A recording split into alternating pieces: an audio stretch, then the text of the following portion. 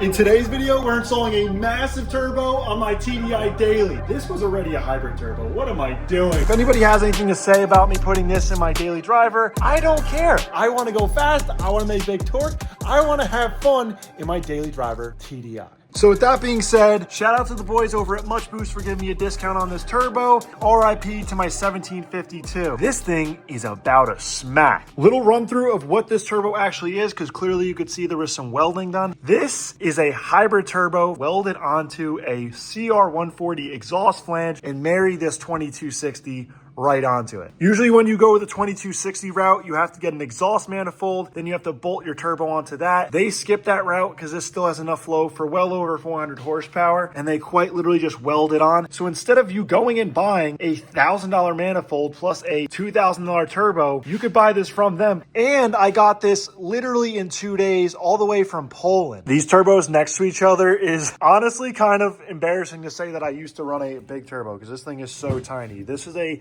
CR170 hybrid, so a 52 mil. And then this turbo is a 2260 with an absolutely massive inlet housing, and the exhaust housing is crazy. Like, this thing is ready to party. I don't even think this is going to sound like a TDI anymore, but I guess the only way to find out is when we actually mount this thing and start the car up. This turbo still uses an electric actuator. It's got this welded on elbow, so it can actually fit up the way you would like it in a CJAA. And then it also has a welded in temperature sensor, so you can still run a factory temperature sensor, because when those EGTs are flying, I want to know where I'm at. Enough yapping. I'm going to go ahead and throw this into the chassis just lightly without gaskets, because I really want to see how things are going to be routed, and I also want to see this massive turbo in the engine bay of my daily. Dude, this thing is going to be so rowdy. This turbo is at least 3 times the weight of the stock turbo and the hybrid. I'm going to try to mount it through the top, but more than likely I'm going to have to go through the bottom, so let's get this thing in there.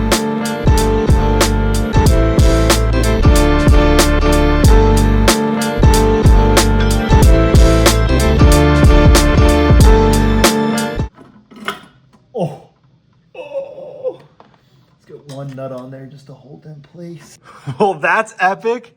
That looks so, dude, oh my gosh. And here's the exhaust housing too. I mean, that thing looks freaking awesome. That turbo fits in there really well. I don't even think nothing hits in there. Dude, no way. That was super dirty getting that in there, and there's a lot of oil in the back, but getting it in there was super easy. I just bench pressed it over my head and it just slid right into place. Now I'm kind of wishing that I had actually cleaned the backside of the engine off, put a new gasket on it, and just sent it on its way. But I mean, that turbo can come in and out, no problem without the axle in there. That is freaking awesome. Here's the reason I lightly mounted it up, because Much Boost gave me a whole bunch of these gaskets. Like, there's like all these weird little gaskets, like everything that I would need for this turbo. And then since it's no longer a V-band setup, they gave me this flange with a gasket so I could bolt that to the turbo. And I don't do any exhaust flanges that don't have V-band. So I'm literally just gonna weld this to there, and then we're gonna have a V-band, and then that's never gonna come off of the turbo. And then I'm not 100% sure if I'm going to run these, so I guess we're just going to have to find out as the video progresses. But Much Boost sent me a set of water lines, because that turbo actually has an inlet and an outlet to cool it off. I know a lot of people that don't run them, and I know a lot of people that do run them, and it's always mixed reviews. So that I'm going to have to decide on, but the oil feed's awesome, and these lines are freaking awesome. They did a great job on these. And all these gaskets are labeled as Much Boost, along with the exhaust manifold gaskets also have Much Boost on them. So it's super cool. Another day, another plan. I just got back from AutoZone. I went and got some cans of brake parts cleaner because I want to get all the oil off the exhaust gaskets. Before I rip that turbo, I did want to mention that Much Boost did send me a whole new hardware kit. So I have exhaust studs, but I'm not going to replace them because I've actually done 3 turbos on this car with the same exhaust studs, same exhaust nuts, and nothing's ever come loose. So I feel safe enough to just throw this on with the existing studs, and I think we'll be good.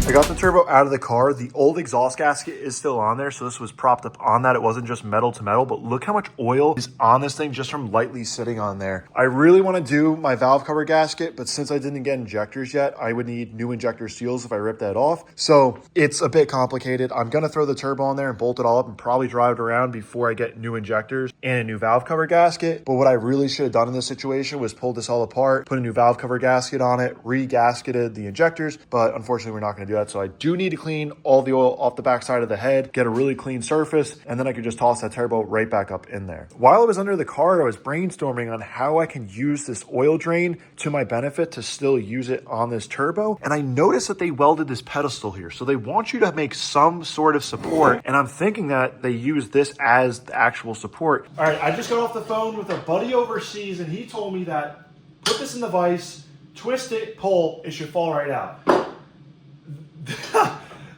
This might actually work, and he says he does it all the time, so shout out to the homie overseas. So tightened up, we're gonna twist and we're gonna pull. Dude, no way. This is actually twisting. No way, bro. No way, my original theory was right.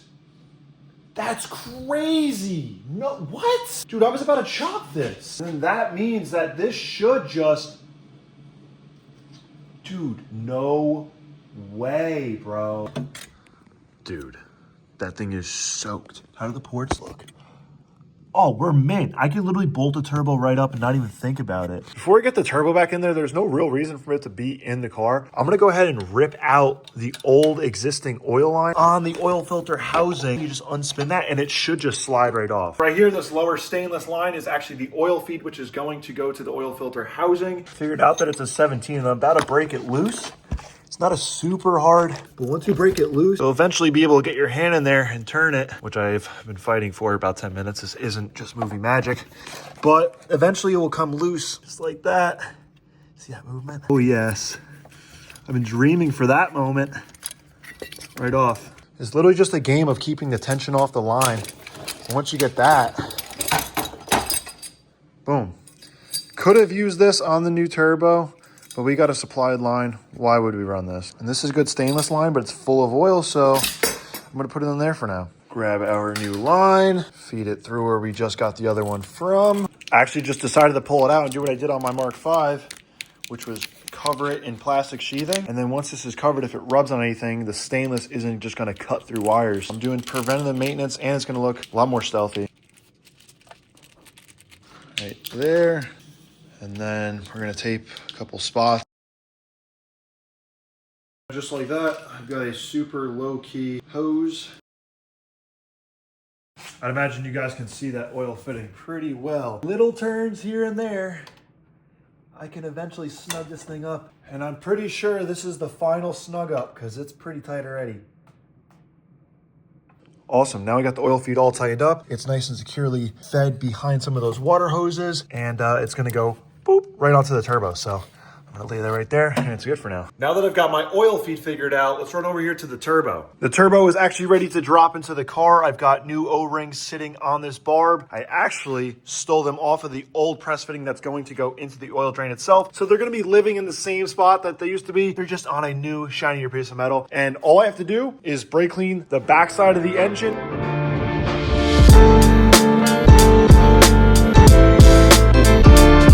Okay, well, that felt productive and the backside of the engine is now clean. So now we can unpackage our gasket set that Much Boost had sent us. Dude, this thing is so gorgeous. This is like man jewelry right here. Super nice stainless 2-layer crush exhaust gasket. This thing is so shiny, I can literally see my reflection in it, but I love these because they literally never leak. The potential of them leaking is very low, and I've actually even reused them before, but don't tell anybody about that, and it didn't leak, so. I know you guys saw the missing stud. Yes, a stud did come out, and every single time I've done a turbo on this car, I've never had the option to actually put a new stud in there because I didn't have new studs with the kit, but today we're doing it. This one always has some kind of issue and comes right out. So I'm gonna put actually one of the Much Boost studs in there, and I'm gonna put a new nut on it, and we're gonna keep all the other studs in the engine. But yeah, we're replacing this stud. One thing to note with these studs is that the shorter threads go into the engine block side. You could put it this way, but you want the exhaust to actually sit on the non-thread side so it has a nice center spot to sit. So if you put it in the backwards, not the end of the world, but I'm going short side thread because that's actually how you put it in. Perfect.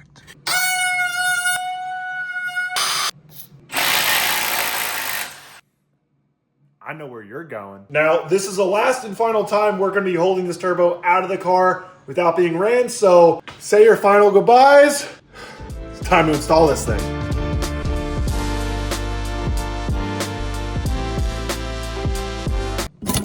Oh yeah. Oh yeah, baby. Gasket on. Turbo in the car. Yeah, I can already hear it. Hey Alex, is your Mark 6 Jetta TDI fast? No, it's super slow. You should race me for $5,000. Okay, that sounds crazy. But this thing's gonna scoot. Now it's time for me to reinstall all my old crusty. I'm actually gonna clean these first.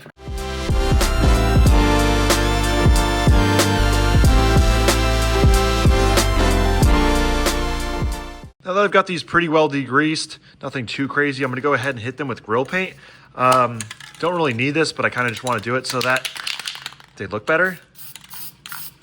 And these will be able to withstand the high temps of the exhaust.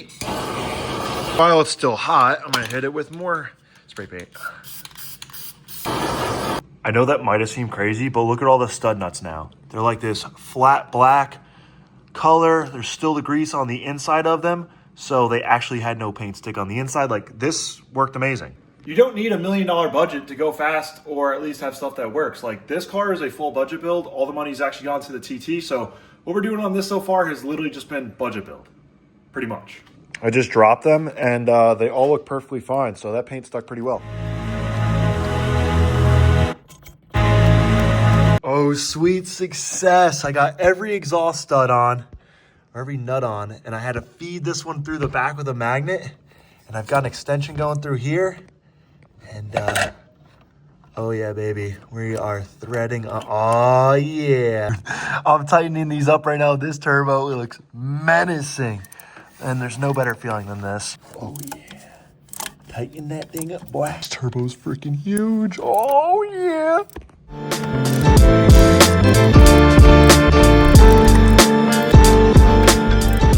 It honestly might be a little bit of a tight area in here to work, but you know what?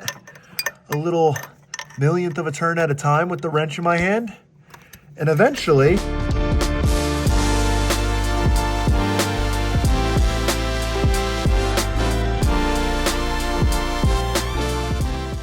that time lapse took me 6 minutes to film. And I held the phone the whole time while turning with this hand. That was really fun. Yo, and I'm not even joking, like that was fun. Like, how awesome is it that I get the opportunity to not only film putting this turbo in my car, but that like I get to put the turbo in my car, and it's all thanks to you guys. So I'm gonna get these all tightened up and then we'll be back. Y'all, it is officially time where I say I am tightening my last nut. All right, maybe one little, come on. Okay, well, I'm actually a little more OCD than that. I went through and checked every single bolt 3 more times, and I do like this crisscross pattern.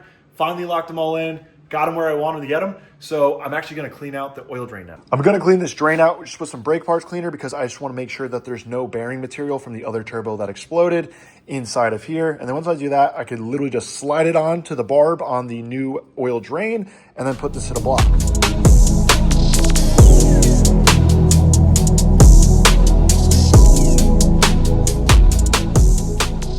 Sweet, we got this thing all cleaned up from all ends. The brake parts did great. I didn't see any debris in there when I had initially taken it apart, but I'm still glad that I did it. As you guys can see, it's clear down there. This end nut is super clean as well.